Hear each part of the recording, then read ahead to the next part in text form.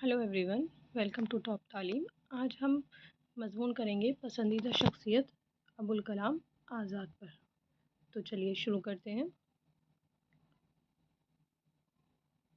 मेरी पसंदीदा शख्सियत मौलाना अबुल कलाम आज़ाद है, क्योंकि वो मुजाहिद आज़ादी, सियासी रहनुमा, नामवर सहाफ़ी और आलिम दीन भी थे। वो आला तरीन सलाहियतों के मालिक थे और उन्होंने कदम कदम पर इन सलाहियतों का मुज़ाहरा भी किया। इनके वालिद मौलाना खैरुद्दीन मरहूम एक सूफ़ी और जदीद आलम थे। मौलाना आज़ाद की पैदाइश 1888 में मक्का में हुई। उनकी मादरी ज़बान अरबी थी। तो उनकी मादरी ज़बान क्या थी? अरबी थी, क्योंकि वो कहाँ पैदा हुए थे? मक्का में पैदा हुए थे। उन्होंने अपने घर पर ही अपने वालिद मोहतरम से अरबी, फ़ारसी, दीनियात और अदबियात की तालीम हासिल की। 4 साल की उम्र में वो अपने कुनबे के साथ कलकत्ता आ गए और एक अरसे तक वहीं मुक़ीम रहे। बाद में दिल्ली आ गए। मौलाना को बचपन से शेर व शायरी का शौक़ था। एक तरफ उनके अंदरूनी वाज़ेदारी शराफ़त थी, तो दूसरी तरफ ज़हनी जरात, इंसान दोस्ती और अवामी फ़लाह व बहादुर ज़बरदस्त जज़्बा भी था। मौलाना आज़ाद एक हमगीर शख्सियत के मालिक थे। इल्म व फ़ज़ल, हक़ीक़, दीन, फ़लसफ़ा व हिकमत, शेर व अदब, तसनीफ़ व तालीफ़, खिताबात, सफ़ात, सियासत, अलग़ज़ाज़। वो कौन सा इदारा और कौन सा खलक़ा है जिसमें मौलाना आज़ाद की काबिलियत मसलूम सबूत ना हो। आगे देखते हैं। उन्होंने 1912 में कलकत्ता से एहलाल जारी किया। एहलाल एक उनके अखबार का नाम है। उनकी इनकलाबी ज़िंदगी, सहाफ़त और सियासी ज़िंदगी का आगाज़ इसी अखबार से हुआ। मग़रिबी ताकतों के ख़िलाफ़ एहलाल की शअला बयानियों की हिंदुस्तानी अवाम को बेदार किरदारी की, जिसकी वजह से हुसूल आज़ादी की एक नई तहरीक ने जन्म लिया। अंग्रेज़ों ने जब एहलाल पर पाबंदी लगा दी, तो उन्होंने अल बलाग के नाम से दूसरा अखबार जारी किया। वो भी ज़्यादा अरसे तक न चल सका।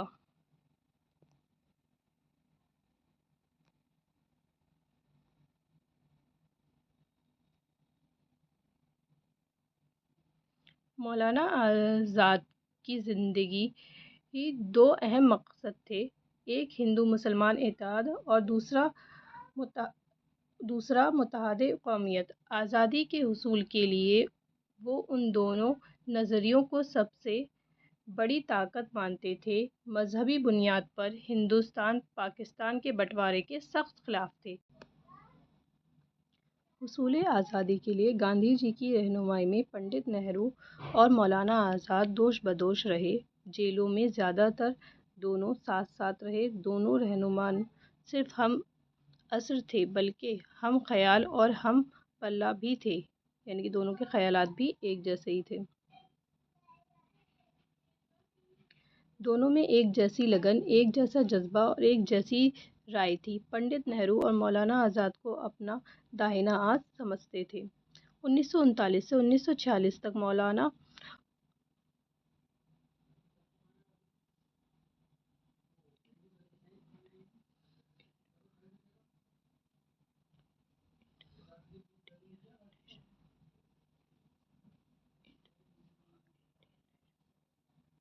1939 से 1946 तक मौलाना इंडियन नेशनल कांग्रेस के सदर की हैसियत से काम अंजाम देते रहे। हुसूल आज़ादी के बाद मौलाना पंडित जवाहरलाल नेहरू के साथ गांधी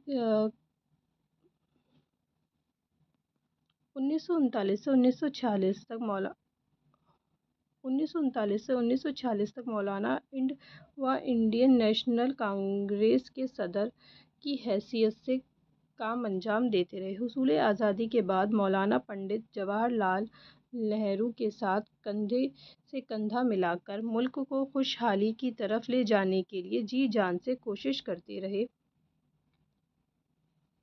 ملک کے پہلے وزیر تعلیم کی حیثیت سے مولانا آزاد نے تعلیم کو فروغ دینے کے لیے university grant commission, Sahitya academy اور انسٹی ٹیوٹ آف ہائر ایجوکیشن وغیرہ کا یہاں پر ہم دیکھیں گے، دیکھیے یونیورسٹی گرانٹ کمیشن یعنی کہ جو یو جی سی ہوتی ہے اس کو بھی انہوں نے قائم کیا، اور ان کو وزیر تعلیم یعنی کہ ایجوکیشن منسٹر بنایا گیا،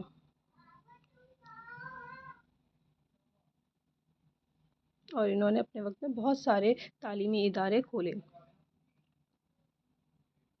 وغیرہ قائم کیے۔ ہر